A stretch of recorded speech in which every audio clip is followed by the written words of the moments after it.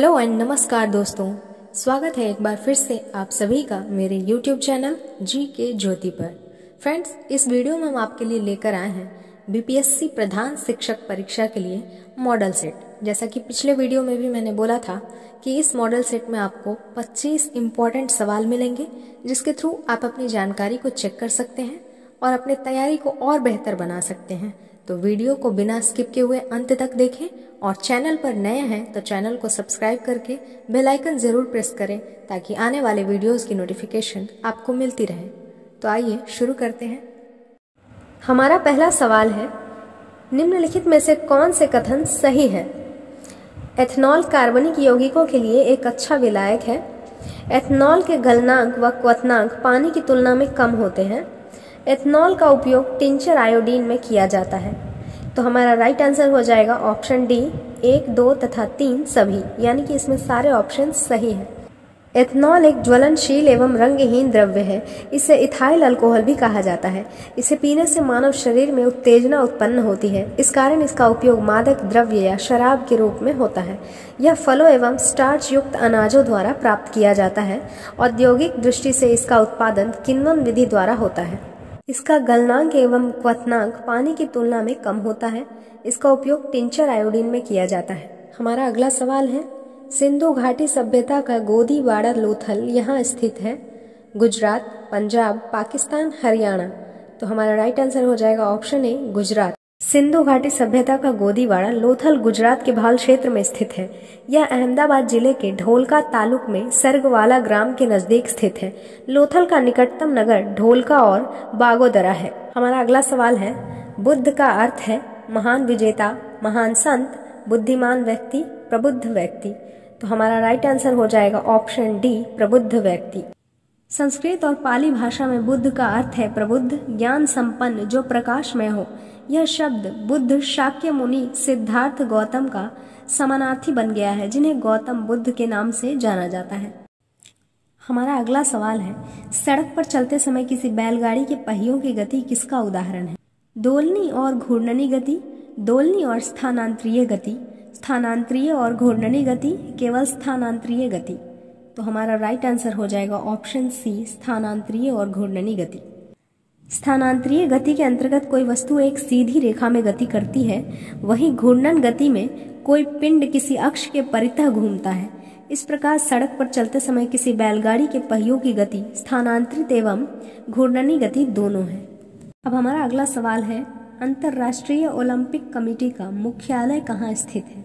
Italy, Switzerland, Belgium, France.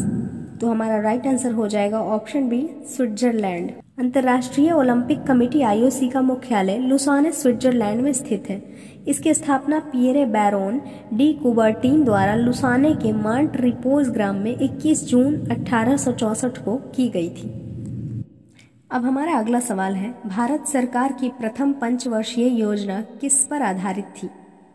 लियोनटिफ का input output निवेश बहिर्वेश model पर, हैरॉड डोमर मॉडल पर, महालनोबिस का 2 सेक्टर मॉडल पर, महालनोबिस का 4 यानी कि 4 सेक्टर मॉडल पर।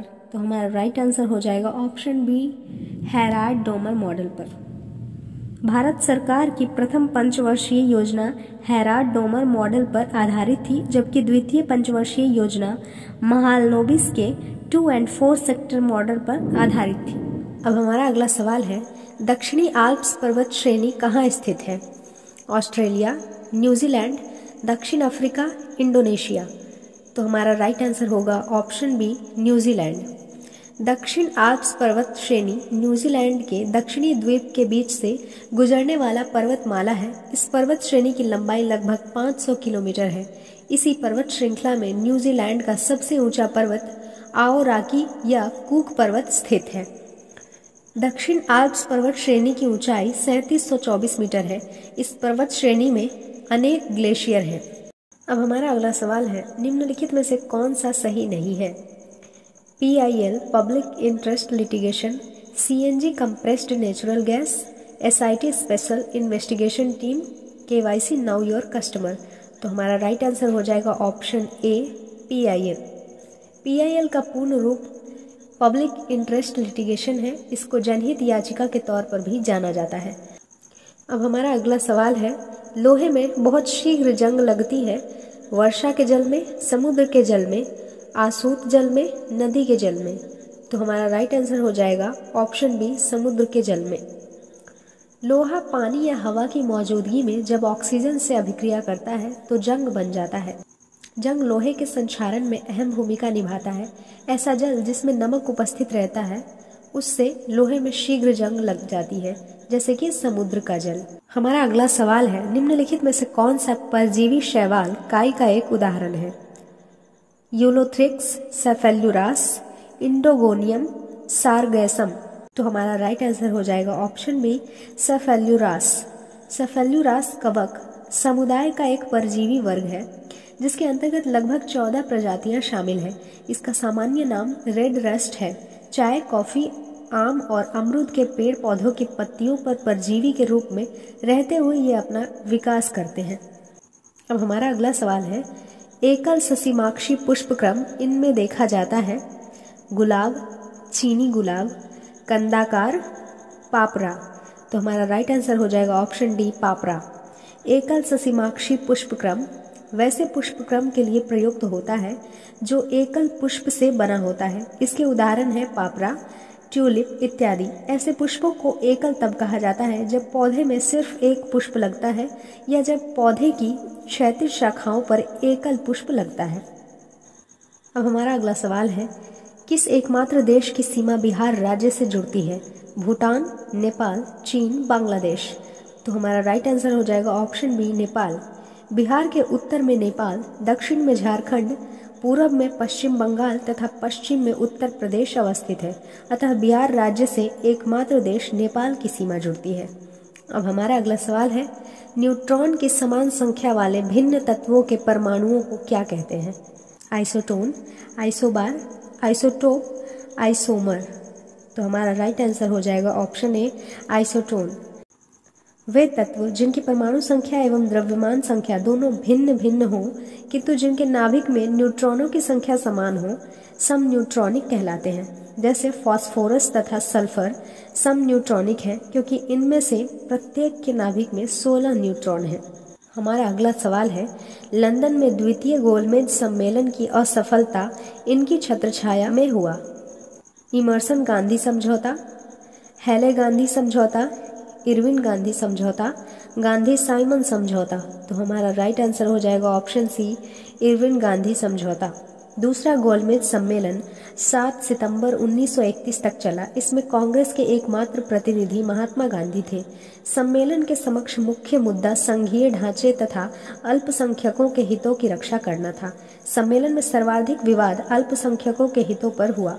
हमारा अगला सवाल है, सन 1932 में निम्नलिखित में से एक आदेश पारित करके अखिल भारतीय कांग्रेस समिति को गैर कानूनी करार दे दिया गया था।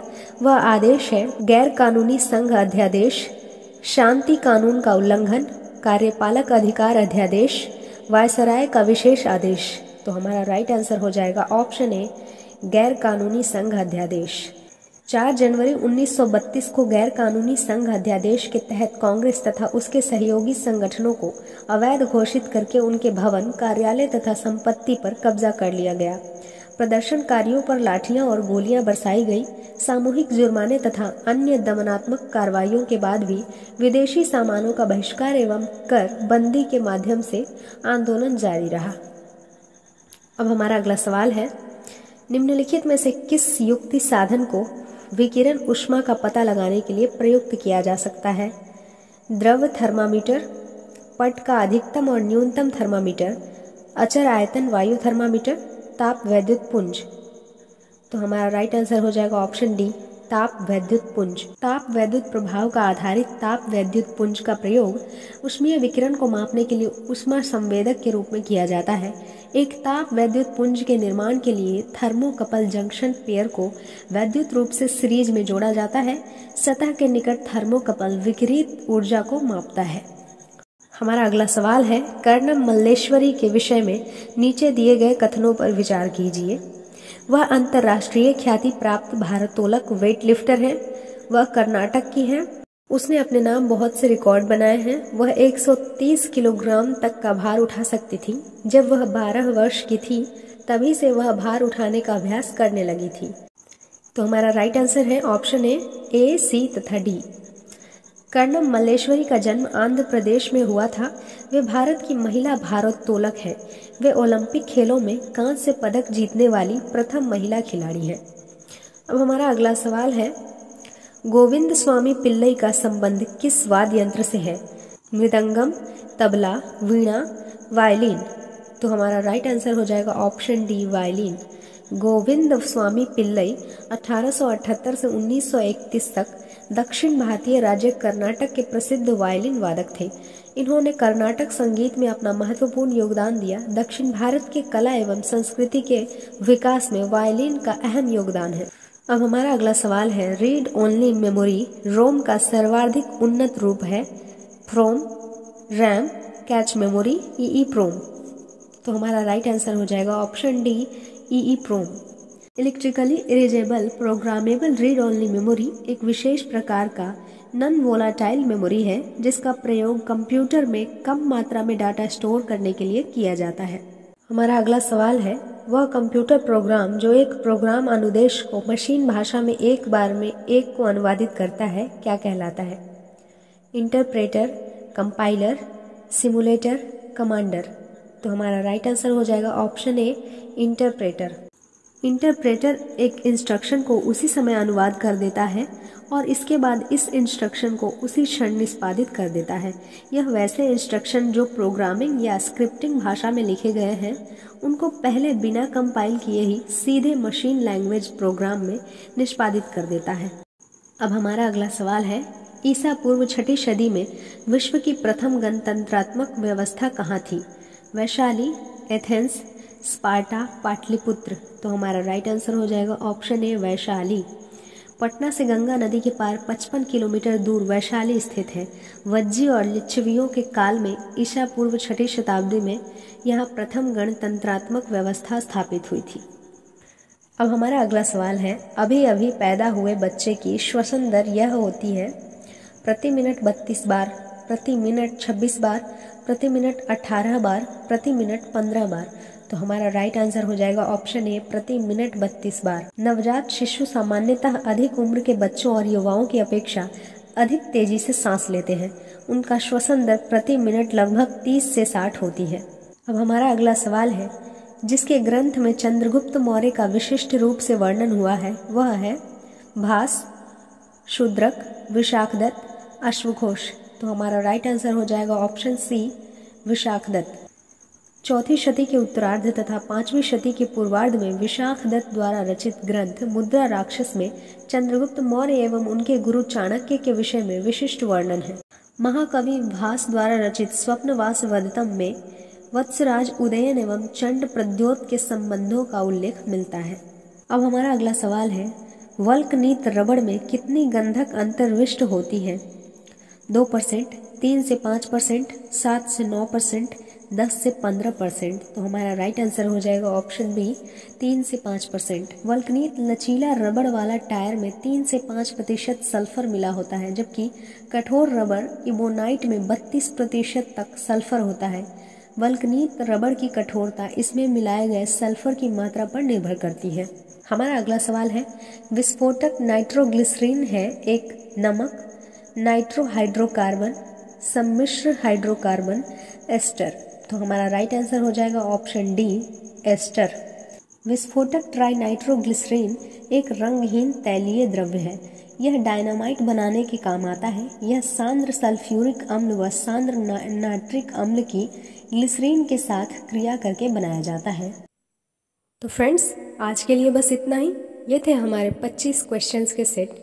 इसमें आप कितना सही कर पाए हैं यह हमें कमेंट करके ज़रूर बताएंगे। फिर मिलते हैं अगले वीडियो में अगले मॉडल सेट के साथ। Till then, bye bye.